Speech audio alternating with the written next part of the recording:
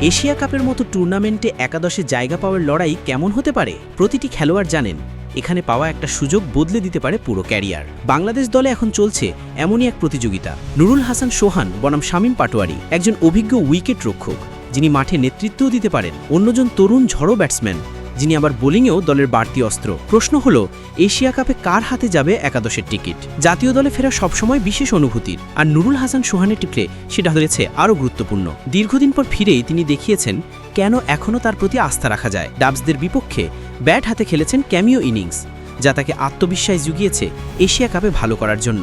শুধু ব্যাটিং নয়, উইকেটরক্ষক হিসাবে তার দক্ষতা বাংলাদেশ দলের জন্য বাড়তি সুবিধা হতে পারে।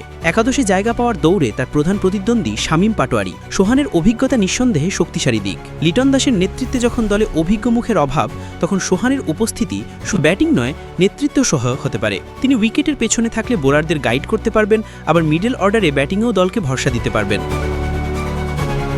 বিশেষ করে 4 বা 5 নম্বরে তার ব্যাটিং অভিজ্ঞতা ইনিংস গড়ে তোলার ক্ষেত্রে কার্যকরী হতে পারে। অন্যদিকে শামীম পাটোয়ারি এখনকার টি-20 দলে পরীক্ষিত মুখ। গত বছর তিনি খেলেছিলেন 188 স্ট্রাইক রেটে, আর এবছরও তার স্ট্রাইক রেট 133, যা প্রমাণ করে শেষ দিকে নেমে ঝড়ো ব্যাটিং করার ক্ষমতা তার আছে।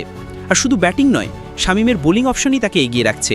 পাকিস্তান ও শ্রীলঙ্কার বিপক্ষে বল হাতে তার সাইড আর্ম স্পিন ব্যাটসম্যানদের বিপদে ফেলেছিল। টি-20তে অতিরিক্ত বোলিং অপশন সবসময় জরুরি, আর সেখানেই শামীম দলের জন্য বাড়তি অস্ত্র হয়ে উঠতে পারেন। যদি বিষয়টা সামগ্রিকভাবে দেখা যায়, সোহান দলে এলে উইকেট রক্ষক ও মিডল অর্ডার শক্তিশালী হবে। তার অভিজ্ঞতা এবং নেতৃত্ব গুণ লিটন দাসকে সাহায্য করবে। অন্যদিকে শামীম দলে এলে বাংলাদেশ পাবে একজন নির্ভরযোগ্য ফিনিশার এবং ষষ্ঠ বোলিং অপশন, যা টি-20তে বিশেষভাবে কার্যকর। টিম ম্যানেজমেন্টের সামনে তাই কঠিন সিদ্ধান্ত। তারা কি বেছে নেবে অভিজ্ঞ সোহান তরুণ শামীমের উপর, যিনি শেষ দিকে ম্যাচ ঘুরিয়ে দেওয়ার ক্ষমতা রাখেন এবং বল হাতেও কার্যকর? যাই হোক, একাদশে যিনি সুযোগ পান না কেন, বাংলাদেশ দল উভয়ের উপস্থিতিতে পাচ্ছে ইতিবাচক প্রতিযোগিতা। এ ধরনের স্বাস্থ্যকর প্রতিযোগিতা যে কোনো দলের জন্য ভালো, কারণ এতে খেলোয়াড়রা নিজেদের সেরাটা উজাড় করে দেওয়ার প্রেরণা পান। দিন শেষে প্রশ্নটা খুবই সোজা: এশিয়া কাপে বাংলাদেশ কি অভিজ্ঞতায় ভরসা রাখবে, নাকি ঝুঁকি নিয়ে তরুণ শক্তির উপর নির্ভর করবে? উত্তর দেবে মাঠের ক্রিকেট।